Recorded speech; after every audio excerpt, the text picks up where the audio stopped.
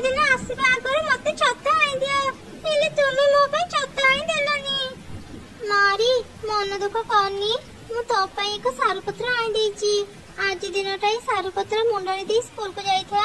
ମୁଁ କାଲି ଯେତେବେଳେ ଘର ମରାମତି ପାଇଁ କାଠ ଆଣିବି ତୋ ପାଇଁ ଏକ ଛତା ବି ଆଣିଦେବି। ମାର ଏପରି କଥା ଶୁଣି ଚଢ଼େଇ ଛୁଆ କୁନି ସାରୁପତ୍ର ମୁଣ୍ଡରେ ଦେଇ ସ୍କୁଲକୁ ବାହାରିଗଲା। ରାସ୍ତାରେ ସେ ପିଙ୍କି ଆଉ ମିକିକୁ ଦେଖିଲା। ସାଙ୍ଗ ପିଙ୍କି ମିକି, ତମେ ମାନେ ବି ସ୍କୁଲକୁ ଯାଉଛ? ରୁହ ରୁହ, ମୁଁ ବି ତୁମ ସାଙ୍ଗରେ ସ୍କୁଲକୁ ଯିବି। ଆରେ ଚୁପ କର, ଆମେ ତ ସାଙ୍ଗ ନୁହଁ, ଆଉ ଦିନେ ବି ଆମକୁ ତ ସାଙ୍ଗ କହିବୁନି। ତୋ ପରି ଏକ ଗରିବ ଚଢ଼େଇ ସହ ଆମେ କେବେ ସାଙ୍ଗ ହେବୁନି। ହେଲେ କାହିଁକି? ମୁଁ ଗରିବ ବୋଲି କଣ ଚଢ଼େଇ ନୁହଁ? ତମେ ମାନେ ମୋ ସହ ଏମିତି ବ୍ୟବହାର କାହିଁ କରୁଛ? ମୁଁ ତ କେବଳ ତମମାନଙ୍କ ସହ ମିଶି ସ୍କୁଲ ଯିବାକୁ ଚାହୁଁଥିଲି। ତୁ ଆଗ ଆମ ପରି ଏକ ଛତା କିଣି ସାର୍, ତାପରେ ତୁ ଆମ ସହ ସାଙ୍ଗ ହେଇ ସ୍କୁଲକୁ ଯାଇପାରିବୁ। ତୁ ଆମ ପଛେ ପଛେ ଆସିବୁନି। ଯା, ଆଉ ଏକ ରାସ୍ତାରେ ସ୍କୁଲକୁ ଯିବୁ। ଏମିତି କହି ସେମାନେ ସେଠାରୁ ଚାଲିଗଲେ।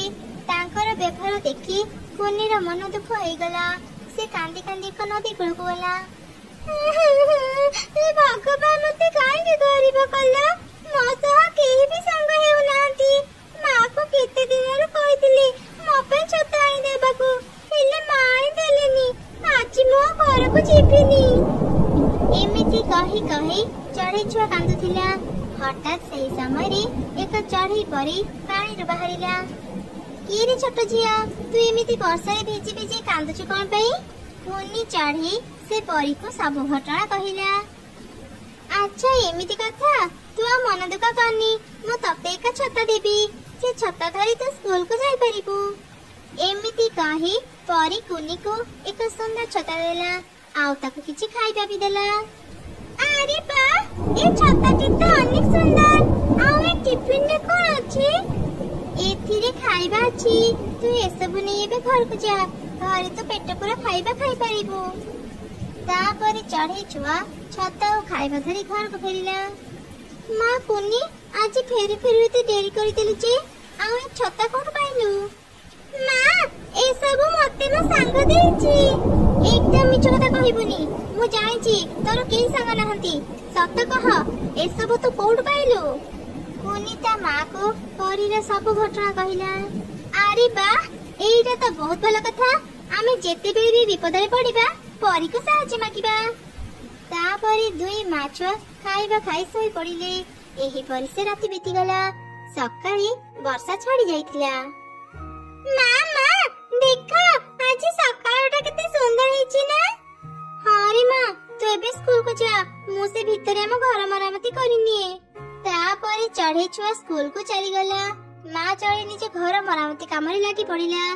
ଏମିତି ସେ ଏକ ସୁନ୍ଦର ଘର ତିଆରି କଲା। ସେହି ସମୟରେ ଏକ ବୁଢୀ ଚଢ଼େଇ ତା ପାଖକୁ ଆସିଲା। ମାରି, ମତେ ଭାରି ଭୋକ ଲାଗୁଛି, କିଛି ଖାଇବାକୁ ଦେଇପାରିବୁ? ମୁଁ ସକାଳୁ କିଛି ବି ନ ଖାଇ ନ ପିଇ ଘର ତିଆରି କାମରେ ଲାଗି ପଡିଛି, ଆଉ ତୁମେ ଆସି ମତେ ବିରକ୍ତ କରୁଛ? ମୋ ଘରେ କିଛି ବି ଖାଇବା ନାହିଁ। ତୁ ଏତେ ରାଗୁଛୁ କାହିଁକି ରେ ମା? ଠିକ ଅଛି, ତୋ ପାଖରେ ଯଦି ଖାଇବା ନାହିଁ ମୁଁ ଏଠୁ ଚାଲି ଯାଉଛି। ଏମିତି କହି ବୁଢୀ ଚଢ଼େଇ ସେଠାରୁ ଚାଲିଗଲା। ସେ ଯିବା ପରେ କୁନି ସ୍କୁଲ ଘରକୁ ଫେରିଲା। ବା ମା, ଏତେ ଶୀଘ୍ର ତମେ ଗୋଟେ ବଢିଆ ଘର ତିଆରି କରିଦେଲ। ମା, ଭାରି ଭୋକ ଲାଗିଲାଣି, ଶୀଘ୍ର କିଛି ଖାଇବାକୁ ଦିଅ। କୁନି, ଘରେ ତ କିଛି ବି ଖାଇବା ନାହିଁ। ତୁ ସେ ପରୀ ପାଖକୁ ଯା, ତାଠୁ କିଛି ଖାଇବା ମାଗି ଆଣିବୁ। ଠିକ ଅଛି ମା, ମୁଁ ଏଇ ଗଲି ଆଉ ଆସିଲି। ପରୀ ସାଙ୍ଗ, ଶୀଘ୍ର ଘରକୁ ଆସ।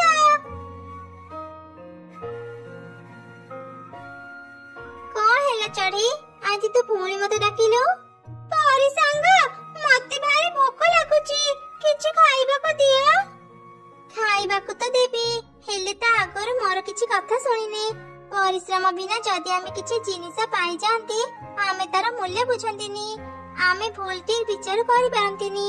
ସେଥିପାଇଁ ଜିନିଷର ମୂଲ୍ୟ ବୁଝିବାକୁ ହେଲେ ଆମେ ତାକୁ ପରିଶ୍ରମ କରି ପାଇବା ଉଚିତ। ସେମିତି ହେଲେ ଆମେ କୋଉଟା ଭୁଲ ଆଉ କୋଉଟା ଠିକ ଜାଣିପାରିବା। ହଁ ହଁ ପରୀ ସାଙ୍ଗ, ପରିଶ୍ରମ କରିବା ପାଇଁ ଅନେକ ସମୟ ଅଛି। ଏବେ ମତେ ଭାରି ଭୋକ ଲାଗୁଛି, ଆଗ କିଛି ଖାଇବାକୁ ଦିଅ। ଚଢ଼େଇ ଛୁଆର ଏପରି କଥା ଶୁଣି ପରି ତାକୁ ଆଉ କିଛି ବି କହିଲାନି। ସେ ତାକୁ କିଛି ଖାଇବା ଦେଲା। ଚଢେଇ ଛୁଆ ସେ ଖାଇବା ଧରି ଘରକୁ ଫେରୁଥିଲା। ରାସ୍ତାରେ ଏକ ବୁଢୀ ଚଢେଇ ତାକୁ ଦେଖି ଅଟକେଇଲା। ଆରେ ଛୋଟ ଝିଅ, ମତେ କିଛି ଖାଇବା ଦେଇପାରିବୁ? 2 ଦିନ ହେଲାଣି ମୁଁ କିଛି ଖାଇନି। ତୋ ପାଖରେ ତ ଅନେକ ଖାଇବା ଅଛି, ମତେ ଅଳ୍ପ କିଛି ଖାଇବା ଦେ। କେତେ କଷ୍ଟ କରି ମୁଁ ଖାଇବା ଆଣିଛି, ମୋ ଖାଇବା ମୁଁ କାହାକୁ ବି ଦେବିନି। ଯାଅ ଯାଅ, ଆଉ କାହାକୁ ଖାଇବା ମାଗ। ଏମିତି କହି ସେ ଚଢେଇ ଛୁଆ ବୁଢୀ ଚଢେଇକୁ କିଛି ବି ଖାଇବା ନ ଦେଇ ଘରକୁ ଚାଲିଗଲା। ଏମିତି ସେ ପ୍ରତିଦିନ ପରିଶ୍ରମ ନ କରି ପରି ପାଖରୁ ଖାଇବା ଆଉ ଖେଳନା ନେଇ ଆସୁଥିଲା। ଏହିପରି ଗୋଟେ ଦିନ, କୁନି, ତା ପାଖରେ ତ ଅନେକ ଖେଳନା ଅଛି, ମତେ କିଛି ଖେଳନା ଦେଇପାରିବୁ? ମତେ ନା ଖେଳନା ସହ ଖେଳିବାକୁ ଭାରି ଇଚ୍ଛା ହୁଏ, ହେଲେ ମୋ ମା ପାଖରେ ଟଙ୍କା ନଥିବାରୁ ସେ ମୋ ପାଇଁ ଖେଳନା କିଣି ପାରନ୍ତିନି। ହଁ ହଁ, ତୁ ସଉ କରିବୁ ଆଉ ମୁଁ ତ ଇଚ୍ଛା ପୁରା କରିବି। ମତେ ତୁ କଣ ଭାବିଛୁ କି? ଯା ଏଠୁ ଗରିବ ଚଢେଇ, ମୋ ସହ ଦିନେ ବି କଥା ହେବୁନି। ମୁଁ ଆଗ ଭଳିଆ ଗରିବ ନୁହଁ, ମୁଁ ଏବେ ଅନେକ ଧନୀ। ମୋ ସହ ସାଙ୍ଗ ହେବାକୁ ତୁ ଯୋଗ୍ୟ ନୁହଁ, ବୁଝିଲୁ? କୁନି, ତୁ କେତେ ଅହଙ୍କାରୀ ପାଲଟି ଯାଇଛୁ। ସବୁବେଳେ ଗୋଟେ କଥା ମନେ ରଖ, ଅହଙ୍କାର ପତନର ମୂଳ କାରଣ। ଦିନେ ଦିନେ ତୋ ଅହଙ୍କାର ବି ଭାଙ୍ଗିବ। ଏମିତି କହି ସେ ଚଢେଇ ଛୁଆ ସେଠାରୁ ଚାଲିଗଲା। କୁନି ତା କଥାକୁ ଧ୍ୟାନ ନ ଦେଇ ଘରକୁ ଫେରି ଆସିଲା। ମା ମା, ଏ ଜଙ୍ଗଲର ଚଢେଇ ମାନେ ବହୁତ ଖରାପ, ସବୁବେଳେ ମତେ ଖାଇବା ଆଉ ଖେଳନା ମାଗନ୍ତି। ମତେ ଏସବୁ ଆଉ ଜମା ଭଲ ଲାଗୁନି। ଚାଲ ନା ମା, ଆମେ ଆଜି ହିଁ ସହରକୁ ଚାଲିଯିବା। ଆରେ ମା, ଆମେ ଯଦି ସହରକୁ ଚାଲିଯିବା ସେ ପରୀକୁ ଆଉ ପାଇବାନି। ପରୀକୁ ନ ପାଇଲେ ଏତେ ଭଲ ଭଲ ଖାଇବା ଆଉ ଖେଳନା ତୁ କେମିତି ପାଇବୁ? ତାହେଲେ ମୁଁ ଏବେ ପରୀ ପାଖକୁ ଯିବି ଆଉ ତାକୁ ଅନେକ ସୁନା ଗହଣା ମାଗିବି, ଯେମିତି ଆମକୁ ଜୀବନ ସାରା ଆଉ କିଛି କାମ କରିବାକୁ ପଡିବନି।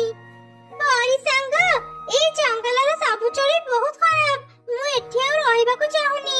ମତେ ନା ଅନେକ ଅନେକ ସୁନା ଟଙ୍କା ଦିଅ, ଯେମିତି ମୁଁ ଆଉ ମୋ ମା ସହରକୁ ଯାଇ ଆରାମରେ ରହିପାରିବୁ।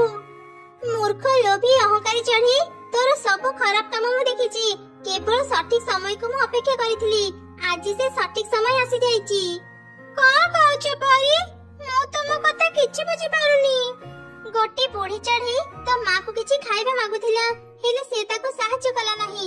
ତତେ ଯେତେବେଳେ ଜଣେ ଖାଇବା ମାଗିଲା, ତୁ ବି ତାକୁ ଦେଲୁ ନାହିଁ।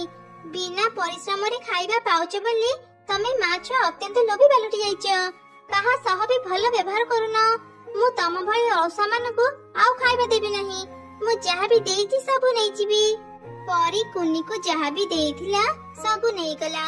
ମା ଚଢେଇ ଆଉ ତାର ଛୁଆ ପୂର୍ବ ଭଳି ଗରିବ ହେଇଗଲେ। ସେମାନେ ନିଜର ଭୁଲ ବୁଝିପାରିଲେ। ସେ 2 ଜଣ ଆଉ ଅଳସୁଆ ହେଲେ ନାହିଁ, ପରିଶ୍ରମ କରି ଖାଇବା ଯୋଗାଡ଼ କଲେ। ଅନ୍ୟ ଚଢେଇ ମାନଙ୍କ ସହ ସେମାନେ ଭଲ ବ୍ୟବହାର କରୁଥିଲେ।